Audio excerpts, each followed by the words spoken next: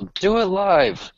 Hi guys, this is Natasha, aka Natty Willie, and welcome to Natty's Book Corner. We are back. We're about a half an hour behind technical difficulties, but we are back with the Wheel of Time reread on Google. I promise I will get the other episodes up soon because we did do a few episodes via Skype. We reviewed book 4 and book 5, The Shadow Rising and The Fires of Heaven, on podcast style. So I'll hopefully get those up to you soon. And now we're going to start back with the Lord of Chaos. And so I'm joined this evening by Christy. Say hello. Hello. And Christy. we have and Jason. Hello. You got to sound more enthused, more enthusiastic, Christy. Oh, I thought you were talking about me. I'm like, wait, huh? No. No, she'll get excited shortly here because I'm about to talk about her man. So this evening we're going to be talking about. We're going to split up into 3 parts here because with these books as they get longer, we're going to have to split it up because there's so much stuff that happens in these books. So tonight we're going to focus on the ladies, Egwene, Nynaeve, and Elaine, and a few of the ladies that were mentioned in the prologue. And then the next episode will focus on the men, like Perrin and Rand, leading up to Dunmai's Wells. And then part 3, Dunmai's Wells. Woo! That needs an episode in and of itself. Mm-hmm. The first, yeah, exactly. So for this episode, the prologue, there was just a lot of info dump, but I feel like it's worth mentioning. So we literally start with a new character, or a character has been finally introduced, even though he's been mentioned before now. Demon Dread is visiting Shadar Logoth, and he's receiving instructions from the Dark One. As Shale Ghul. Not Shadow Logoth. Oh, I keep on getting those confused. They sound the same. What is going I'm sorry. Well, you know what? The easiest way to split them up is... How much easier things would be if the Dark One was at Shadow Logoth. It would make things so much easier. Shale Ghul. Well, here's the easy way to remember. One's evil, and the other one is evil. So all you gotta do is remember that, and then you can... Evil in the name of good, and evil in the name of evil. Yeah. So, evil good, evil evil. Evil Shale Ghul. So Demon Dread is at Shale Ghul, not Shadow Logoth. We know where he's been hiding all this time. He's at Shale Ghul. Yeah. Where? No, wait. No. We don't know where he's been hiding. No. We just know that that's the first place that we see him. Yeah, exactly. That's where he's been all this time. He's been at Shale. As far as we know, that's where he's been, and he's getting instructions from the Dark One. And we also get to meet Shadar Haran, who's like what do you call it? Super fade. He's a super fade. Yeah, he's a fade. And he's like really tall, and he's like really creepy. And what was your like first impression of Shadar Haran? Oh. I don't think I can say it online. I think if you could do like the PG-13 version. My first impression of him was that he thought very highly of himself for a half man. And then I realized he wasn't just a half man. So at first I'm like, man, this half man really, he's kind of egotistical. He's a special kind of half man. And then they kind of go into it a little bit more, and you're like, oh, well, that explains it. Yeah, I just thought creepy. That's all I thought. Yeah, first when he gets mouthy. Actually, Oh, go ahead. When he gets mouthy with Demandred, and nobody gets mouthy with Demandred. But when he gets mouthy with Demandred, and it's like, oh, no, you didn't. And then they start walking down the walkway to the pit of doom, and the teeth are still touching Demandred's head, but they're clearing Shadar Haren's head by, a good, couple of inches and everything like that. You're like, oh yeah, no, this is not good. So, there's something wrong. There's something very wrong here. I actually thought that they were building him up to be Nameless, and I know Nameless is supposed to be one of the Forsaken, but I found it odd that here's a character that is just a half man, but there's something special about him, and I think this is the book where they start really talking about Nameless. I know that's the conversation that Demandred has with the Dark One. He asked him, "Would you be Nameless?" But my thought, as soon as I heard that, I'm like, well, maybe it's not going to be him. Maybe it's going to be this Shadar Haran, but maybe not. Well, I liked it when he was smiling. Yeah. I didn't think at the time. I didn't think that the Nameless had to be a channeler. I thought it could just be anybody, really. If the Dark One chose it, Yeah. I think as we get later in the series, we learn a little bit how important Shadar Haran is, because he's like pretty much the Dark One's messenger. Because he pops up like, "What you doing?" Well, he's a little more than that. I know, but it's like wait, is that spoilers? I thought he visited someone by the end of this novel. Well, up to this point, he's not. I believe he visits Carradine later on in the book. See, that's not spoiling.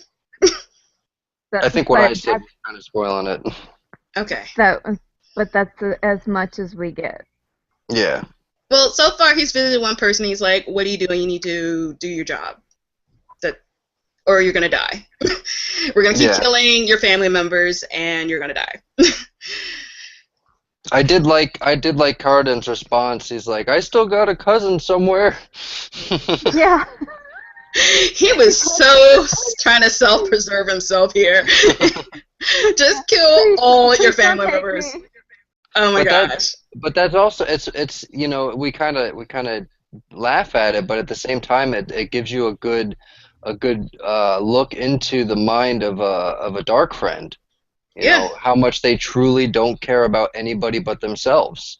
Here's a guy that's willing to forsake his entire there's family. A difference between that's something that they've pointed out, through different Forsaken and even Pad and Fane when they've encountered different dark friends, how tightly they're held to their oaths. The ones that just were dabbling with dark things, and those who are truly dedicated to their souls. Whereas, and Jacob Carradine was dedicated to his soul, and there's like other people that are encountered, like Pater, who's coming up in the prologue. He was only, just playing with things that, he was thought, ooh, I'm being wicked. Those are people that were only, just screwing around. So it depends on the variation of dedication that they feel. So I can see, somebody like Carradine, like we do see him do. It's like, here, take somebody else, here, I got another one, here, take somebody else, whereas Pater would, piddle in his pants before trying to find somebody else to offer up. Yeah. Mm-hmm. So that's true. This was a long prologue. I mean, the prologues are starting to get longer and longer at this point. It's like a chapter in and of itself, a long chapter, but still a chapter. Actually, really, they could be one or two chapters. I mean, true, yeah, because we have multiple points of view here. Yep, exactly. I mean, we have Fail's point of view, and they're pretty much getting ready to go see Rand because Perrin is feeling that itch. Because Perrin wasn't in the last book. And Perrin wasn't in the last book, so we need to catch up on what they're doing. And Perrin is trying to be in denial about being a lord. Like, Fail, of course, is fine with this. She's trying to, like, advise, the villagers, and you hear her thoughts, like, seriously, every week, every day, it's the same thing, but she wouldn't trade it for the world. Yeah. So she likes being a lady.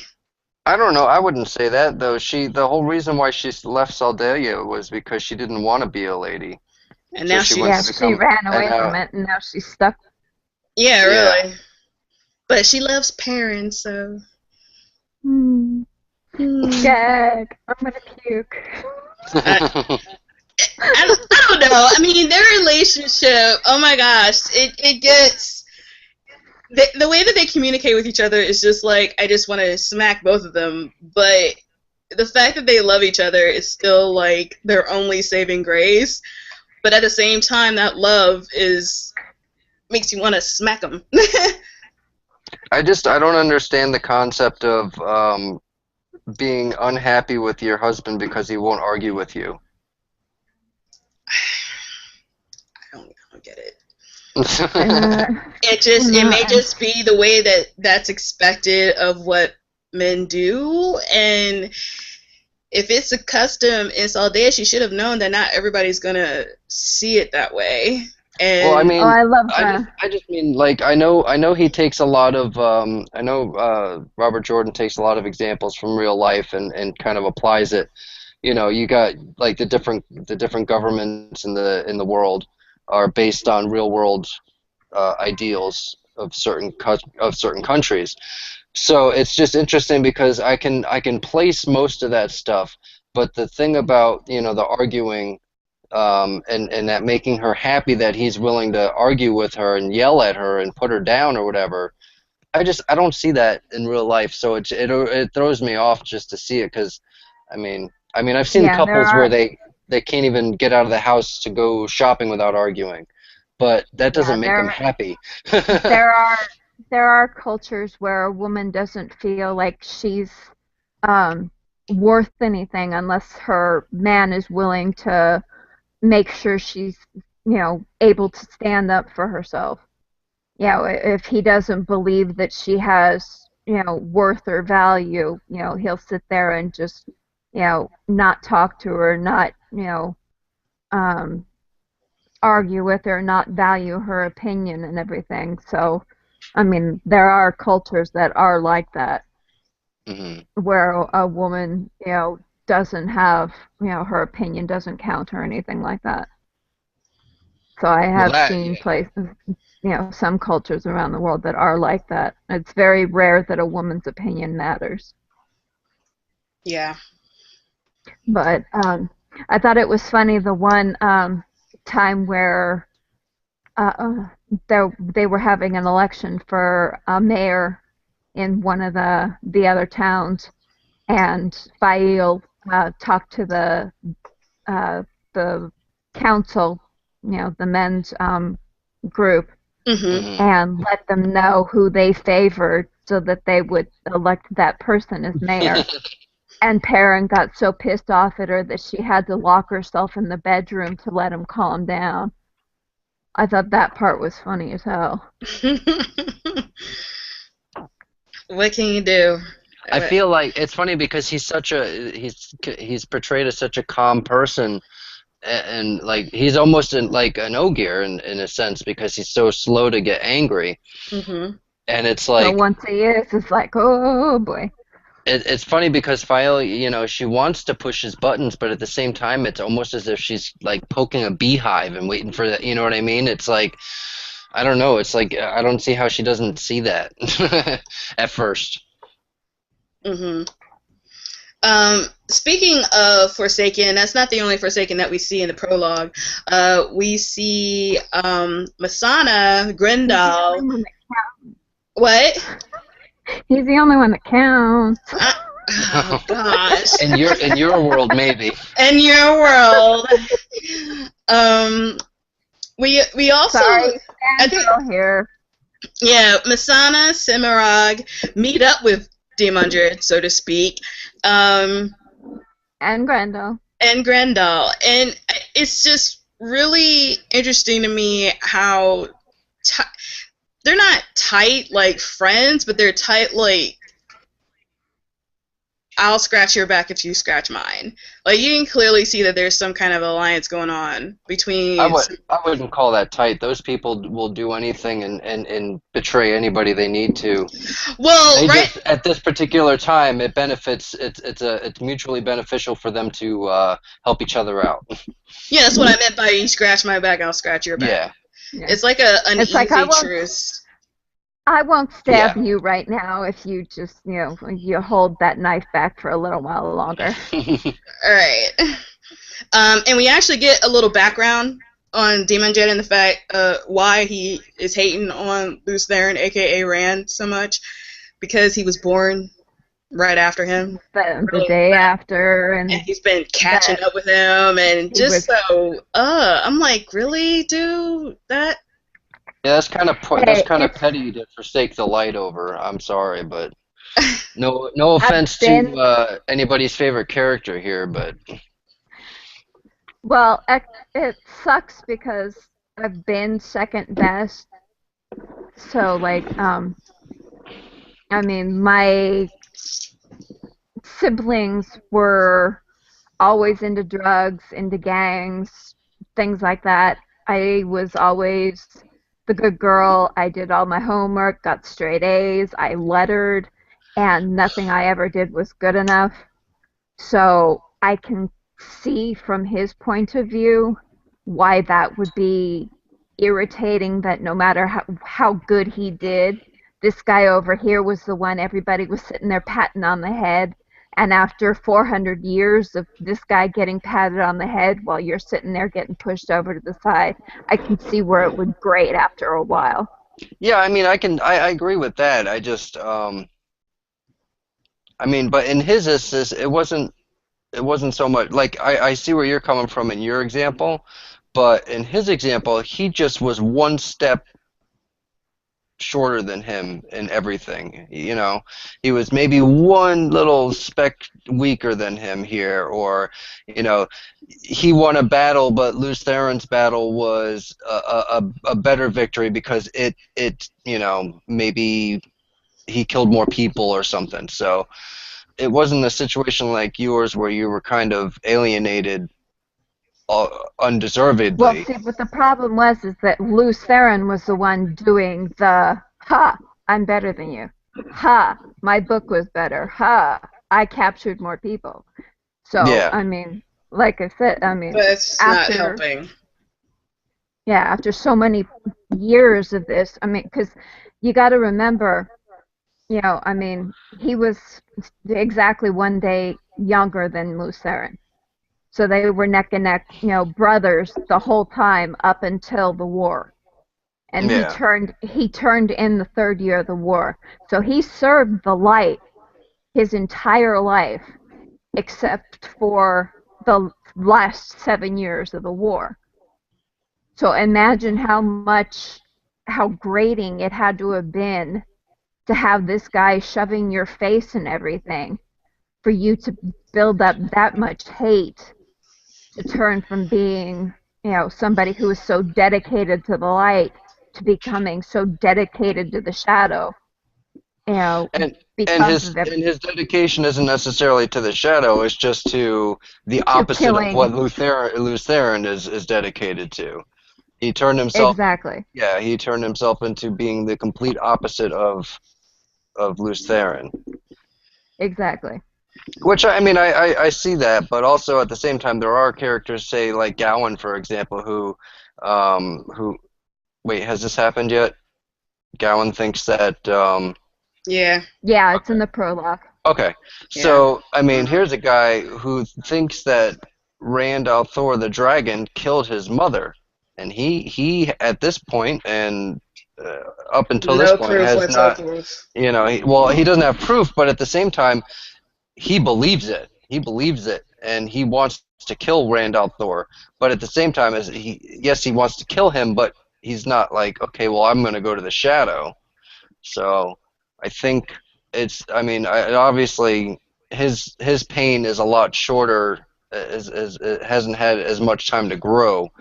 But what do you think? Do you think that Gowan, if we were Gowan talking, if somebody if sat he had there and came 400 up to years Gowan to stew in it, if he had 400 years, he came up to Gowan and said, "You do this, and I guarantee you'll be able to have Rand al'Thor's corpse at your feet," he would have done it. Dylan, I'm on a call right now, buddy. Yeah. I'll be out in a minute, buddy. This is what happens when you're alive. No, but at least with Gowan, yeah, if he had 400 years, it would fester. But at the same time, he also was in love with Egwene, so I think that would have been as long of a buffer as possible before he eventually turned to the shadow. He had two things speaking for him. He had his love for Egwene and Elaine. The promise that he gave, Egwene, would have held him. But he also had Galad as an example. True that. So he would have, thought, well, what would Galad have done? Would I really sit there and do the evil thing just to get back at him? What would Galad think of me then? Yeah. Yeah, I mean, he had Elaine. He had people, I guess, to think about other than his own selfish reasons. Um, whereas Demandred probably had little to no support, and well, we don't know that. That's kind of speculation. Well, we know for a fact that Lews Therin took Ileana. Yeah, that's true too. Well, Ileana. Yeah, I mean, but Ileana.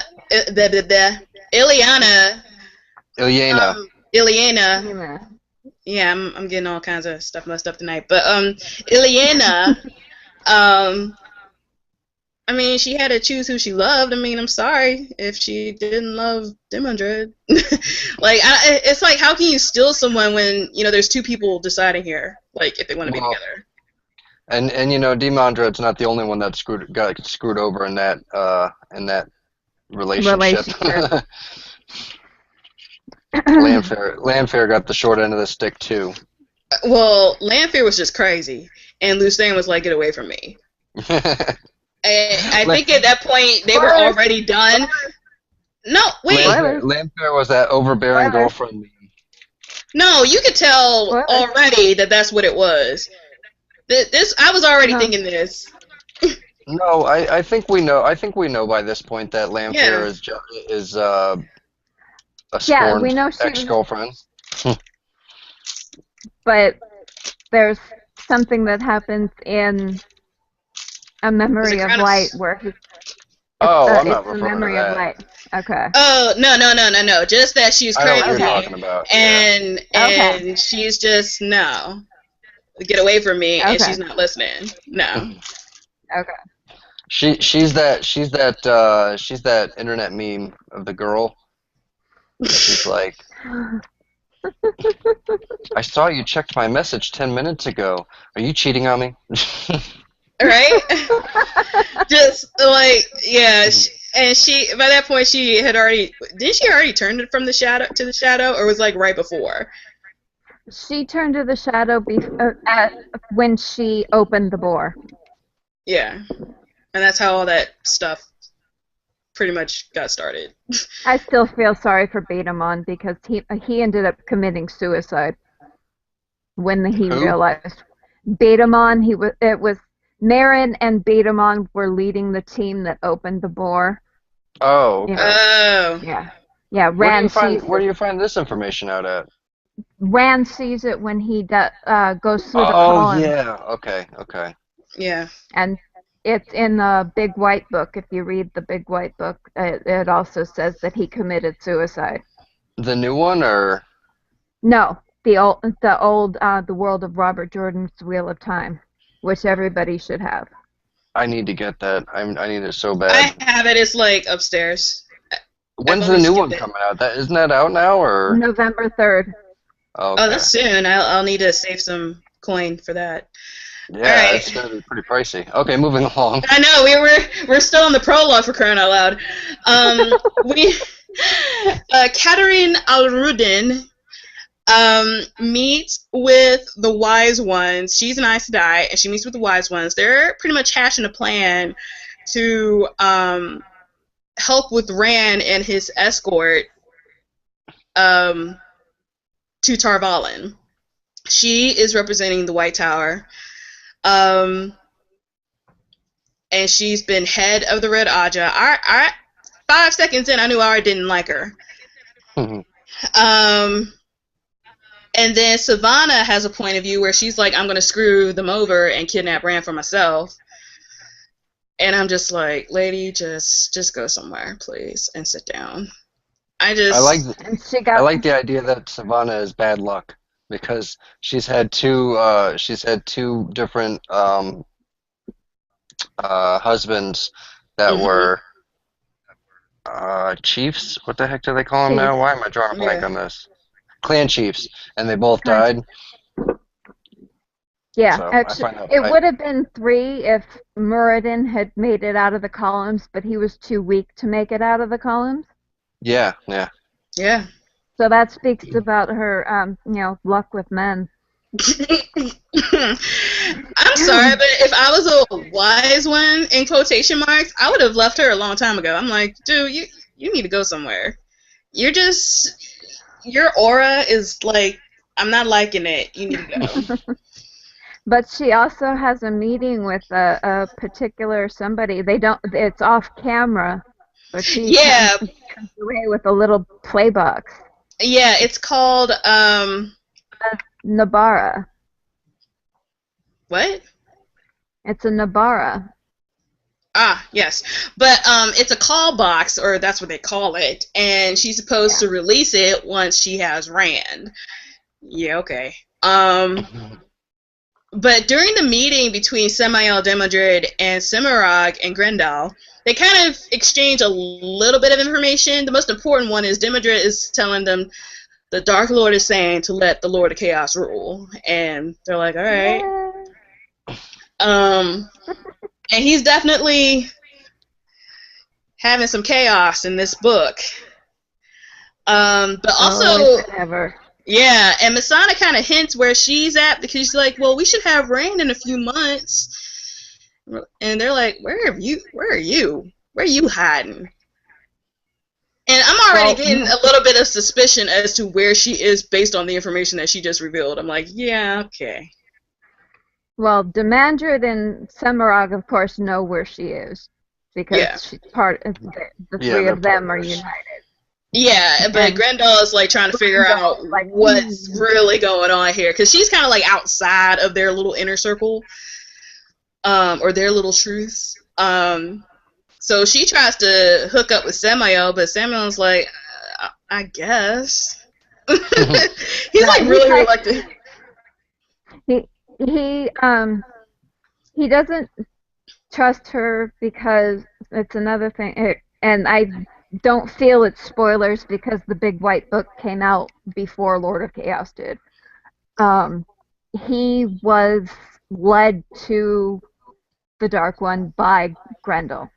So he's uncomfortable around her because she was the one that led him to the Shadow. So he always feels inferior to her. So anytime that he has to go to her, he feels like he's like being put back into that place of, I'm your subservient, buddy boy, whatever. So, well, I don't think that's ever really been revealed in the books anyway, so that's just still trivia. It's not really spoilers. It does come later. Oh, it does? Mm-hmm. What? It does come later when he sits there and tells her, well, next time you can come to me If you haven't. Yes. But Samuel has like an inferiority complex anyway. I mean, first with Lews Theron and now with Grendel. I mean, the man just can't win. But it's not his fault. He was born short. I mean, come on. He's come up short in so many ways. He is the Napoleon Bonaparte of. Although Napoleon wasn't actually. I was just gonna say that short. Napoleon really wasn't short. That was just the style of measurement that they used. He was actually about 5'7". I think between 5'6" and 5'7", and back then that was average height. Yeah. That's still shorter than 6 foot, so I guess. Yeah, but if you were 6 foot, back in those days, you were a giant. You were an Aiel. True. That's still funny though. By my standards, that's short. Oh no. Anyway, but let's get to some of the ladies. Morgaze, Lord, she is pretty much trapped. She's like stuck in Amadisia, and Niall pretty much gives her an offer, and then she's approached by this guy named Pater Connell, who apparently I did not realize until Christy informed me that was the same guy that tried to kidnap Rand and Matt in the first book. Yeah, wow, I didn't even. You're absolutely right. Yeah. And I was just like, wow. He placed in the market share. Wow. You just blew my mind. Yes, my mind was blown when Christy informed me right before we started the live broadcast. I was like, "Are you kidding me? How many times have I reread this series and not have realized that was the same person?" Let me ask you something then. When they were sitting, when they were sitting down eating breakfast, and he came in there to talk to him, and the old man sweeping the floor and everything like that, and Nat whispers "dark friend" to him. And I remember exactly that scene. Yeah. It was just mind blown. And Rand ends up and pops him in the face and everything like that. Which is hilarious. And then he starts screaming, "The dark one is going to take you," and everything. And the old man's like, "Oh!" Yeah. It's great. I love that scene. So, does this book have the outcome of that interaction with Pater or whatever his name is?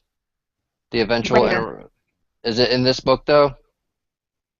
Yes. Like what happens to him? Yeah. Yes. Yeah. Okay, so I can say this then.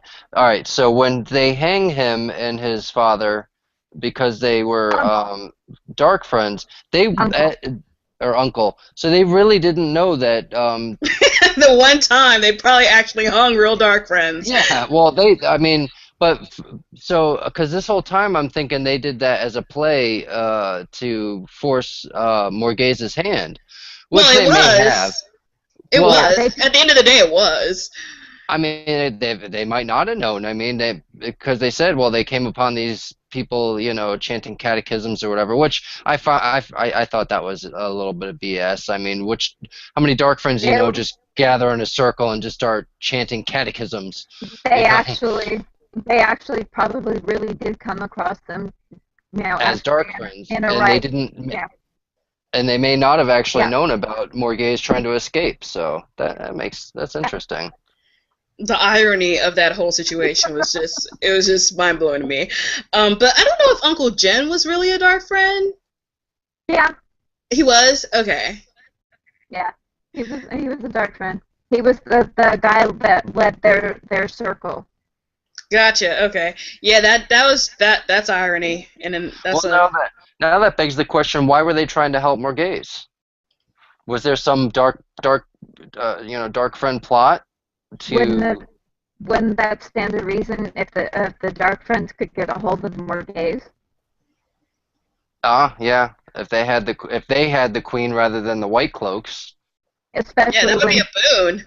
I mean, because Dark Prophecy, Ishmael knows that the royal line of Andor is, key to the winning of Tarmogeddon.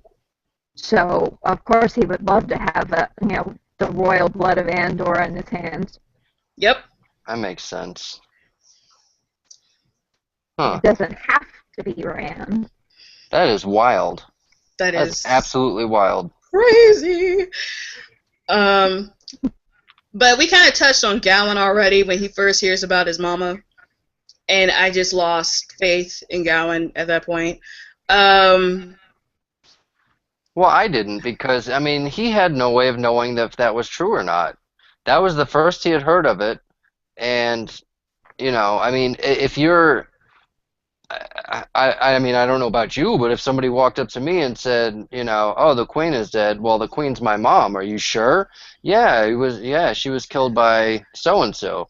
Irrational thought in my head would say, The first thing I would have done was find proof before I started. Oh, I'm going to kill him. I would have verified it.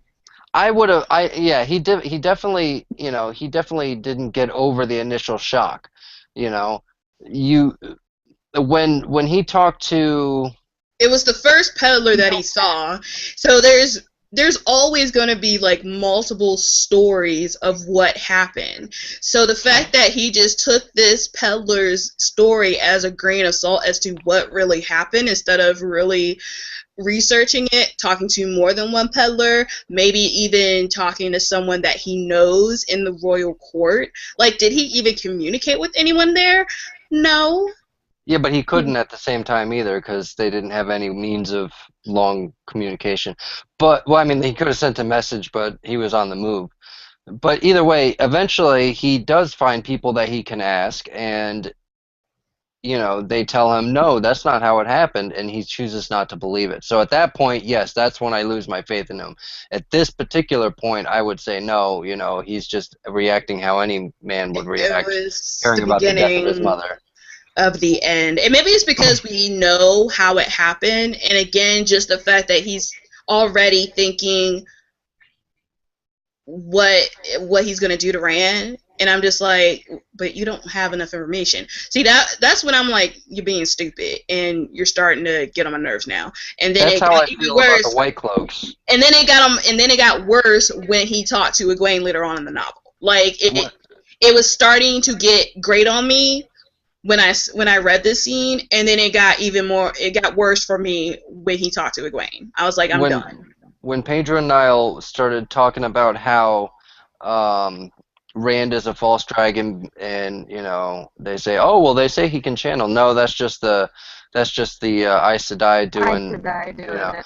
And that whole scene there where he's going on and on about how they're just propping this guy up. That to me is where I feel like you in that. It's just I get so aggravated by the ignorance. Well, Pedro now he was definitely ignorant, and Bulwer, I like that he's able to get information, but the information that he's getting is not necessarily correct, and so I don't know. He got some things right, but don't get me wrong. But at the same time, some of that stuff is still based on rumor, and so you can interpret a rumor however you want. And I have to give it to Pedro now. He was going to take advantage of, people already thinking that maybe he's a false dragon just like everyone else and all this other stuff. Like, rumors are going to be rumors. And you can spread just, as much false information as you want. And he was going to do that. You gotta remember one thing with Pedro Niall is that for a very long time he had Paddington, he had Mordeth at his side, telling him false things about Rand. Yeah. So, that didn't help either. The thing with Bulwer, though, is that Bulwer, 99% of the time, Bulwer was getting it right, and Pedro Niall was choosing not to believe it, Exactly. Because the way Bulwer presented it, he'd be like, oh, well, I heard this from a reliable source. Like, I believe he said something about the Seanchan, and Pedro Niall was like, oh, no, that's not, that's nothing. Right. Well, every rumor, even the Aes Sedai was like, oh, that's nothing. And that was hints of the Seanchan coming back after after the events of the second book. Like, it's not just Pedro now, and I just want to smack somebody. I'm just like, seriously? But then again, they're also rumors, so it's kind of like, you gotta take it kind of with a grain of salt. But if you're having multiple sources saying the same thing, you gotta kind of take it seriously here, especially when you're saying those rumors are including false Aes Sedai, being used as weapons, or Aes Sedai attacking people, and you kind of know that that's what happened from the events of the second book. I can't remember where they were, but Falma, yeah, at Falma. So I'm like, you okay, really? But Pedro now was gonna see that as Aes Sedai being evil anyway. Like, I knew that, but the Aes Sedai, when they heard this information, no. It's like, he hears about the Aes Sedai in chains, and he immediately says, "Oh, well, that's proof that they really can use the one power as a weapon and whatnot." And that's Right. and it's aggravating to hear that, because because we know for a fact that that's not true. Yeah, well, I mean, the Aes Sedai that were captured, they've taken their oths. Yeah, that's not. They still can't do it. They're not able to But do it. yeah, exactly. But the fact that these women were in this culture already, yeah, they're going to be used as weapons. But they're not Aes Sedai, and no one's realizing that there are people from other lands that aren't necessarily associated with the White Tower, just because that's all they know. But that's what Balwer had presented to him, was that there was no way that they could be, Otter Hawkwing kin returned from across the sea, because it's too far away, because the sea folk go as far as they possibly can, and they've never seen anybody, etc., etc., etc., so that it has to be a false rumor. So that was one thing that Balwer did get wrong. Yes. Yes. So, rumors. And one thing I needed to say about Gawain that I didn't get to say, I lost complete faith in him when he killed Hamar and Kulden, and then fought to keep Swan imprisoned, because he had no basis whatsoever to be following Elida. Oh, that's, yeah. Well, other than the fact that she was the advisor to Queen Morghese at one point. Yeah, but she was always cold and distant to her. He knew that Egwene and Elaine weren't supporting her. True. Or they wouldn't have supported her. They wouldn't have supported her. Well, I mean, he had men sitting there telling him, that, they're not supporting her. They're not in the tower. They're not supporting her. They've got nothing to do with her. And he's still fighting for her. And he still stayed in the tower supporting her, even though he knew that they weren't there supporting her. So he lost any credibility with me at that point. I have to say that was also, that's right. I was like, wait, when did I start losing respect for Gawain? When he supported Elida. But he did help Swan escape, so he earned back some brownie points, but then he lost it all again in this book. Yeah. But see, that's the thing. He first he killed warders in this, battle inside the White Tower. Coup. Then Gawain. Yeah, coup. It was a coup. Oh, the coup. Oh, I thought you said who. Yeah.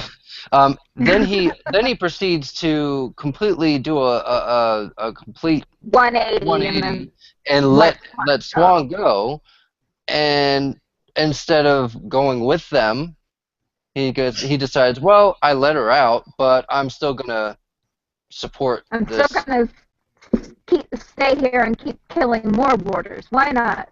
Yeah, why not? But yeah, he's a troubled youth. Am I right? I mean, and maybe he felt like Elida was the only way that he was even going to remotely get answers about Elaine or Egwene. But I'm like, why when Swan wouldn't even tell you?